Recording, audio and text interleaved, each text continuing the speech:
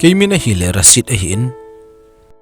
Orako kopi ako nang kisailin kahin. Muslim ho kidet tain sunga kon kahi. Kapa ahi kila Muslim ho lam kai khat ahin. Ama hi kaho inuwa ho. Asun azana kicholowa zingzi ahi.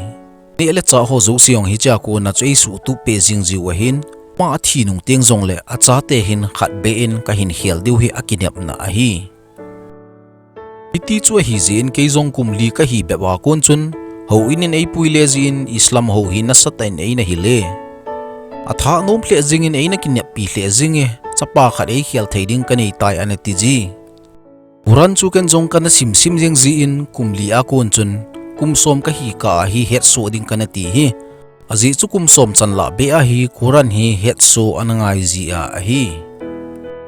Ichi chu hin ka hin kho chu ke zong kana ki pa zi tle zingi. Azi chu ka pa hi min azain. Ahut ho achop zivin kin thupi ta lain zong ahin ko zivin ama sapen in to zi chuteng la kei chun ahut ka tu zin ka ki pa zi hle zinge holam kai cha khat kan hi chu ka tha nom hle zingin Islam ho kan zui hi ka ki pa pi hle zing a hi kanu hin ka pa ana kina pi zing zi zong ka he azi chu kanu hin school danga zong kai sa ding ei ti hin ka pa wang hin ho ina bo hin ki mang chen lang hi chi thu bo hi boi pi zing le ei na ti hi chi ho zi chun kanu zong hi anavo zi kum zong aume azi chu ka pa hin Quran hi apha pe na hi thildang ki ti sim tha angai poi ana ti pe zi a hi thildang asim tha hi le a hin ho hi setting hi ana ti pe kum som le ni ka hi achun ka kho u ka da hla le khasim dinga ka sableng ka langa kana chi angai tai eizong ka tha nom hle zingin ho thule le sim ta lova mundanga chi a thudang zong ka simding chuting le kapa zong chu da hla ding kana nup hi azi chu ama ko ma hi le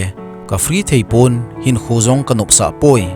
ka kilol naw chu a hi le ka paniaw ko ma ka sableng ka langa chu ka omding ke hozong kana chi tai thilzo se chu kidang ka sazinge azi chu ka khowa mi him za khat vel bo ko hin tua hi mi asang zala a kom hi tai che diu wa zong chu ka paniaw hin ka pa ko ma na kitep na chu a hi le kei hi ni se la pina zong ka chi jing ding in langa kapan pathin thu ei hil bang banga hi chelaya ka paniaw zong hin ei bol sa ki tho ding dana ana sei a hi ka sableng ka achun muding vet ding ki chep na ding thanop na ding tam ta tai adi a radio khat hi ka hin mutan hi chi radio chu ka he a hi le arabic pau hin thu hung ki sei arabic pawa thu ki sei a hi je chun ken zong ka ngai ta na hi le jesus thu hi hung ki sei Kurana je sumin kana sim tai lo cho ka za ma sat pen hi mun danga ei ho chon sit ji a hong ki hian be a hi ti ho thu chu hong ki sei tai ken jong kana ngai phei pe en a hi le ka ki he lo wanga chu ke dinga phat theina kana chan a hi pathin chapa a hi in leiset mi hem te hu do na dinga hong kum hla a hi ti chu in sa pe jing tai ken jong ka ngai no mo be se jingin ka bilkol te ni ka sim jing tai azi chu chon sit banga ka gel hi thu hung ki sei chu ka ho to ki to lo jing a hi in ka lung hang hle jing tai arabic pawa ma ki sei je chun thu chu chom khat set an ki sei in hi chi zo wa chun a hin chai phara hin address hung ki pe ken jong ka khut a hin direct ka sun do azi chu hi chi address a chu le kha thot ding ka ti hi challenge bol ning ka ti hi Qurana pakai jesu thu ki sut na ho a chang ka het zo si chu anil na ding chun ken jong ka sun tai hi chi zo phar chun ke ding hin kot kha khat hung ki honga banga tai thu tam ta kana thot ho chu ama hon chong reply hi e hin bol ji uve Christian ho bible le ke Quran chu ka hin te ka ji in Quran wang chu ka ta san lo ti na hi poi ama ho adi lo chu sei pe ding ka nop zo a hi a chaina langa chun ka hin kho chu Jesus Christa ding in ka pe zo tai ka ki ho pi ji ho chu ken jong le kha kana thot tan ka hin kho hi Jesus Christ ading kapitai kana tia hi le ama hon jong adat mo hle jingwin itina hi a itina bol jing ham ki pa wal jing na bol kha hle jing atpv ga het diu kha chu email hi pon letter hi in sot ta phat ana lo jing ji hi ki le kit na dinga jong phat sot ta na lo abang влawang hung hlung ji lo ana hi tai vet sa na ding in bible e hin thot in ka ti le somni ve zen e hin thot wa hi tai ai wang ka mu kha lo hi nei thot po ve ka til ka hin thot e ti ziu ve ei thot ji tho wang hi azon na lang hin khat ve wang chu post office a konin le kha hi ung tan bible ana hi cover be hi in kha anom wal jingin ka room lang hin ka ki choi pai jingin keidinga go lu pen a hitai hi chi chu ken jong mun khat phati chan ka ki koi tup jinge gu thima thil ki bola hi ta je chun ke jong school ko hong ki khen si le hi chi chu ka sim jing tan Old Testament a kunin kana panin azona chan ka sim chai jing a hi kalung mit hong ki ha na hi tan ke dinga chun azi chu thil akiba na kurana to tam ta hi omin aki hit na zong tam ta hi ki da hi Transworld Radio ji a hi Morocco a missionary ho to ka kimoto theibo ana hi America missionary a hi win ke chu kimoto piding in personal ten lekha thot egin thot win hi chi lekha thot a chun a phone number ho a hing ki petai downtown Casablanca a kimoto dinga chun e hin ko ta win hi coffee don dinga hin restaurants khat hin ka chewin ama honjong ATS go down hin te thu chu ka het chet hinam ti chu ATS o hi koi ham pathin ei ti win ken jong thil zo se sim pa hi ka ti koi i ham tin ei dong kidin ken jong ei homi him hi win ama sim sa hi ve ka ti pe tai abanin ei dong kidin koi ham jesu Jesus pathin a hin ta sa hong pe nga hi ka ti pihung bol ham ei tin ken jong ei ho chon sit zia hong ki hian be hi ka ti ki de chon sit chula i pi ham ei tin ken jong pathin to ei ki hian sa wa hi chon sit hi ka ti chon si na hi chu na ki ta san na ma ti ai le hing chon si ka hi chu ti chu hi ai le Christian na hi ta hila ei tin ka hi nge hi do le kha ka sei gam ta chula abona nei ta san lo ham ka ti es bolding a nei hin solo ham ka ti ai le a hi poi na het chet na am tia chu ka do bo na hi ei ti nang ding ham ke ko ma ei ti ki din ken jong nang koi na him ka tia hi le nang bang mi atama tam hi a hin ti ka dan mo le jingin Morocco a dinga chu ke hi ama sa pen ka hi ding ham hi to banga hin kho ki khial kan tia hi le ama chun na gel khele mi tam ta o ma tai a hin ti azinga chun ke jong chu ka chi ta na hi le kalung adong le jing room sunga ga lut pharin Morocco mi te chu Morocco ho pau mama in Bible ho asimovin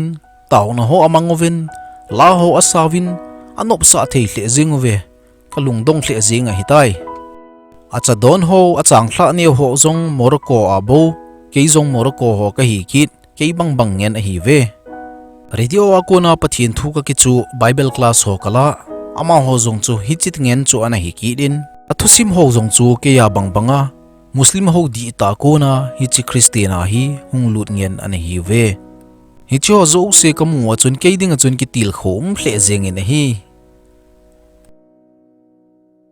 ka in ko kalo ko kapaniau te ho zo sen zong hichi thu ho hi a hin he thim tawin ka hin kho hi ki khel asa hle jeng ve ama honjong receipt ep na chan hitam atp ve ni kha chu in langa ke zong ga chia hi le ana to ho chu kami het nge na hi ama honjong hung to win receipt ei win ke zong masang lai ta win ka to tai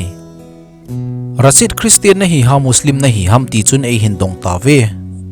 ke zong chu ki so na bangin ka king la jeng tai abula konin hichilanga konin hin panwin ka tin ka to da hile koi ma cha chu anui po ve thu chu serious le jing tan ken zong i ma cha thu nang hon na nei po ve keile pathian ki ka bo ka hi in kalung sunga ip ham nei dong hi win ka ti tai kanun jong boy seijing tangam Muslim na hi chu mila ten seijing tangam sein 80 ti jing tai iti don buding ham chu sikhen som to bang chu ken jong ka gyal den jing tai aji chu boina hung so ding chu ka god lo a hi ken jong heno ka sei thelo ding hi tai ka ti pe e kalung gela tu chanin jong hi chilai room sung chu ka mu jing theina la ye ama ho sei zui ding chula ka nom tapon ka in ko ten hi chana e na gyal sit diu hi chana e bol jing diu chu ka ta san lo ana hi hichilai room sunga hon ei no ei ho chu ka hejing theina la ye khatlanga ka nu ka veda hile akap kap jingin adang ho chun la ei no ding chu aki chu jing vin ei ho vin chilei sit khom vin anop nop achun ei ho ta vin tunia kona ina zong nom theilo ding hitai atp ta ve ka vet na lang chu ke ding achun mun so se chu athim gam jing tan ka kap in ep bolding ham hoilanga chi ding ham ti zong ka gel do theilo hitai aji chu chapang chabo ka hi na lai a hi hita chun kumni lang chu in nei lovin kana omin ka gi the theya kana gi hin root pam la zong hi kana ha gi a hi aji chu ki thopi ding kana mu zo lo hitai ka le khasim a hin ka in ko te hin abona ka chan gam jing a hitai kaloi ho khatin a hin het do pharin kei ho om na langa Cyprus lang hong tan hi chilai hun center khat ka nevin pathin thu ho zong na ki chu pe jing thei hi ATP tai kei zong Cyprus achun kan che tan pathin thu ho hi kan ki chu tan hi chilai mun chun ka tha nom hle jing e aji chu muslim background wa ko na hung Egypt gama ko na hin Jordan Lebanon ki ti ho gama kon chu tengla gam tampi a ko na hung khom kana hi ve na ding phata kana mu akon chun ka hin khozong hung ki kheltan kale khasim na hozong kana zom kidin na to na ding neu cha cha zong hi kana ki muji tai le khazong ka sim pe in ka hin kho cha nom che che jing tan kum thum zovin apartment zong ka kila tai hi che chun tua ka zinu zong he Summer Bible School a ka hung ki muto hlon tan 1997 kuma chu kana ki chen hlon a hi ka inu wachun ki hop na ho them hi kana gong zi tan mi kana ko khom zin kei bang banga Muslim background ako na Christian hung ki so ho zong he kana ko khom zin aboi na ho zo seu zong he kana su hlap pe zi e ken zong hi chi chu ministry in ka hin nei tan ji chu kei bang banga boina a hin nei diu ana to diu zong chu ka hel sa hi ka inu wa hung zi ho khat la hin thu khol le apang ano madan hi aman zong hi chilai muna ka kisu khom wa pathin thu them ka sei ji ho chu complain ana bolta na hi le newspaper ho zong hin a hin so ta ve hichi a chu Morocco hi Canada hla nga ya hitai ka na kom chawa masjid e yong chun ke chung thu hi a sei ji win gi na ho zong hi ka mu jing ta na hi le ka inu ka da hla a ka pot do tiang zong le ka nung ka ma ho hi phatien ka ve le jing ji e mi khat khat hin chem chen e hin sul le bo ka kilom sa ji hi Morocco ka hin da hla zong chun ka lunggel he anom thei poi pathinin EPI man cha go hidiam tin ka ngai to e ka thia hi zong le thil khat khat be kana bola pathin mina ka thi hele phading a hin tin kana gel tai hi chi thu zong chu ka jinun hi to bang ma cho ana gel ji hi hin kho hi ipiting ham hin kho nom ta man na ding be ba hin ding ham hi chi chong chu ka ki dong ji e ka jinun ai sei pe in sum khol hitin ai ni bang banga ha sa muslima ko na Christian hung ki so ho sum thot ji hi te 18 hi chi zong chu ka godi poi hi na ho ina hin ha panin pangin lang mi ki thopi le chun hi jing chulem ei tia hi le ken zong ho in thla chading hi chalai hin mi a hauna ve ka ti pe ki re ei ho mi hon ki thopi angai cha du hi ka ti pe ne hi le ni khat chu ka loi ho kharin phone e hin boltan TV programa na pannomam ei hin ti TV a so za zong ki hilo ka ti le ka jinun zong hanuin ei nui sa de ken zong ka sei pe ki din iso piu muslim ho ko mama a pakai jesu thu ho hi isei pe lo wa hi le kun eating ba a het ding hitam hi chi je chun TV a program khat ngai to itin pathin thu ho hi sei hlang le aute i thiu zong le kho poi ka ti pe tai hi ta chun TV so ho zong hi kana bol ji tawin ka so piu muslim ho hi question kana bol ji win do nom nei ho hin message e hin thot ji uve program ka ga apat wa hi le ki dang ta chun phone zong a se jinge aji chu mi chun hin call tam wala hi program ma sa pen ni a chun mi zagit walin call a hin bola hi le phone zong se jinga hi website ho zong hung se jing tai aji chu server chun apo zo lo jinga hi tai lagawa dang chawang tam mong mong a hi TV a testimony ho kana se chun mi khat hin email e hin thot e boina kana ne yin do nom na kana ne yin na sei ho zo se chu ken zong kana to hi nang testimony ka ngai chai pharin ken zong Jesu Krista ka kisan jing tai ati kei zong ka kap jingin ka jinu koma hi chi hi a hi hin khoman leplo program ka hin bol jing live chun email ho message ho hin nitina hin Jesu Krista ka kisan tai tia message a hin thoda a jingin a hi ka sopi Christian ka chan khompi te dinga ka sei nom pen cho changa dingwang atamin ana tong dingwang a hlome Jesu nei te